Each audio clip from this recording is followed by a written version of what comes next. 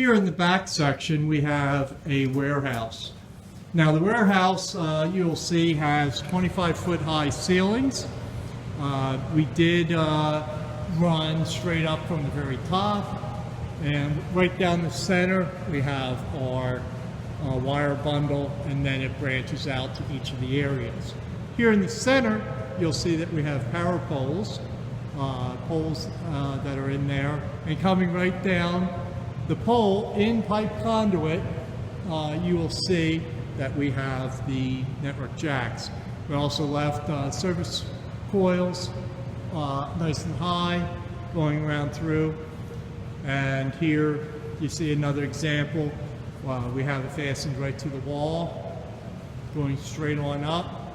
Nice service loop right up at the very top. And as you can see, nice neat job that the guys did on the pipe conduit.